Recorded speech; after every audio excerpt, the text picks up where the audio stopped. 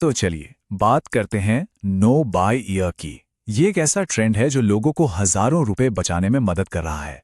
और सबसे बड़ी बात, ये उन्हें उस चीज से बाहर निकाल रहा है जिसे कहते हैं डोपामाइन स्पेंडिंग ट्रैप।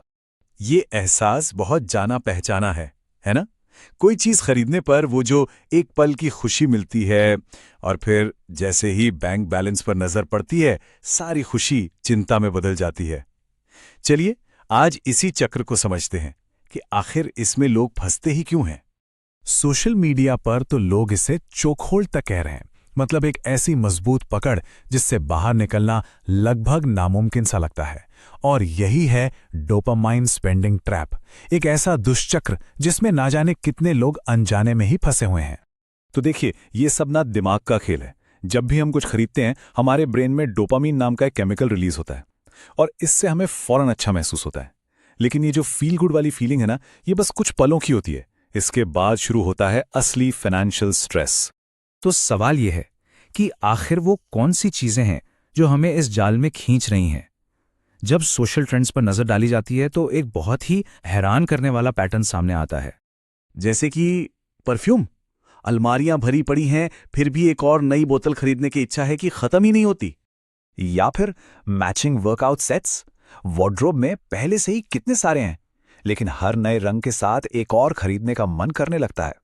और हाँ, वो खतरनाक आदत जिसे कुछ लोग बड़े प्यार से रिटेल थेरेपी कहते हैं। मतलब स्टोर में जाते हैं एक चीज लेने और बाहर निकलते हैं 10 चीजों के साथ। और ये रही वो हिट लिस्ट, ये सीधे सोशल मीडिया से आई है। देखिए, परफ्यूम और बॉडी मिस्ट सबसे ऊपर हैं, जिन्हें लोग अब एक महामारी तक कह रहे हैं। इनके साथ ही हैं फास्ट फैशन, वो वायरल स्टैनली कप और टिकटॉक शॉप से की गई इंपल्स बाइज। ये वही चीजें हैं जिन्हें अब लोग अलविदा कह रहे हैं। लेकिन बात सिर्फ बड़ी बड़ी खरीदारी की नहीं है। असली कहानी तो उन रोज के छोटे छोटे खर्चों में छिपी है, जो पता भी नहीं चलता और धीरे धीरे एक पहाड़ बन जाते हैं। जरा एक पल के लिए सोचिए, वो जो रोज की कॉफी है, जो इतनी मामूली सी लगती है, साल के आखिर में उसका बिल कितना बड़ा हो सकता है। चलिए इसका हिसाब लगाते हैं। मान लीजिए एक कॉफी $5 की है। सुनने में ज्यादा नहीं लगता है ना? लेकिन अगर हफ्ते में सिर्फ 3 बार भी कॉफी पी तो ये महीने भी $60 तक पहुंच जाता है। अब ये थोड़ा थोड़ा ज्यादा लगने लगा है। और ये देखिए, साल के आखिर में वही छोटी सी आदत $720 यानी लगभग 60,000 रुपए के खर्च में बदल जाती है। और याद रखिए, ये तो सिर्फ एक आदत है। ऐसी न जाने कितनी आदतें मिलकर ये रकम कहां तक पहुंचा सकती हैं।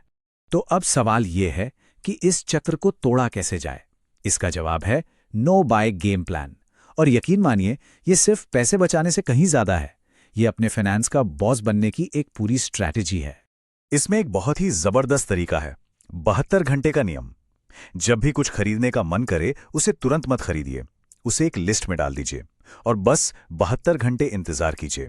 ज्यादातर मामलों में खरीदने की वो जो बेचैनी होती है ना, वो अपने आप ही खत्म हो जाएगी। और भी कई मजेदार तरीके हैं। कुछ लोग कैश एनवलप सिस्टम अपना रहे हैं। कुछ लोग अपने हर छोटे बड़े खर्च को ट्रैक करते हैं, ये जानने के लिए कि आखिर पैसा जा कहां रहा है। और एक तरीका जो मुझे बहुत पसंद है, वो है शॉप योर स्टैश। मतलब कुछ नया खरीदने से पहले अपनी अलमारी में ही खजाना ढूंढना। चलिए अब इसके सबसे जरूरी पहलू पर आते हैं। ये ट्रेंड सिर्फ पैसे बचाने के बारे में नहीं है, ये सोच में एक बहुत बड़े बदलाव के बारे में है। ये स्लाइड इस बात को बहुत अच्छे से दिखाती है। देखिए, एक तरफ है इंपल्सिव खपत, जो सिर्फ ट्रेंड्स और पल भर की खुशी पर टिकी है, और दूसरी तरफ है इरादे से की गई खरीदारी, जो लंबी अवधि की वैल्यू और क्वालिटी पर ध्यान देती है। ये बिल्कुल वही सस्ता रोए बार बार, महंगा रोए एक बार वाली सोच है। ये कोट इस नई सोच का सार है। लोग अब ऐसी चीजें चाहते हैं जो सालों साल चलें, चाहे वो फर्नीचर हो, कपड़े हो या कुछ और। ये डिस्पोजेबल कल्चर से दूर जाने का एक बहुत बड़ा कदम है। तो ये बात याद रखना बहुत जरूरी है। नो बाय का मतलब खुद को सजा देना बिल्कुल नहीं है। ये खुद को सशक्त बनाने के बारे में है।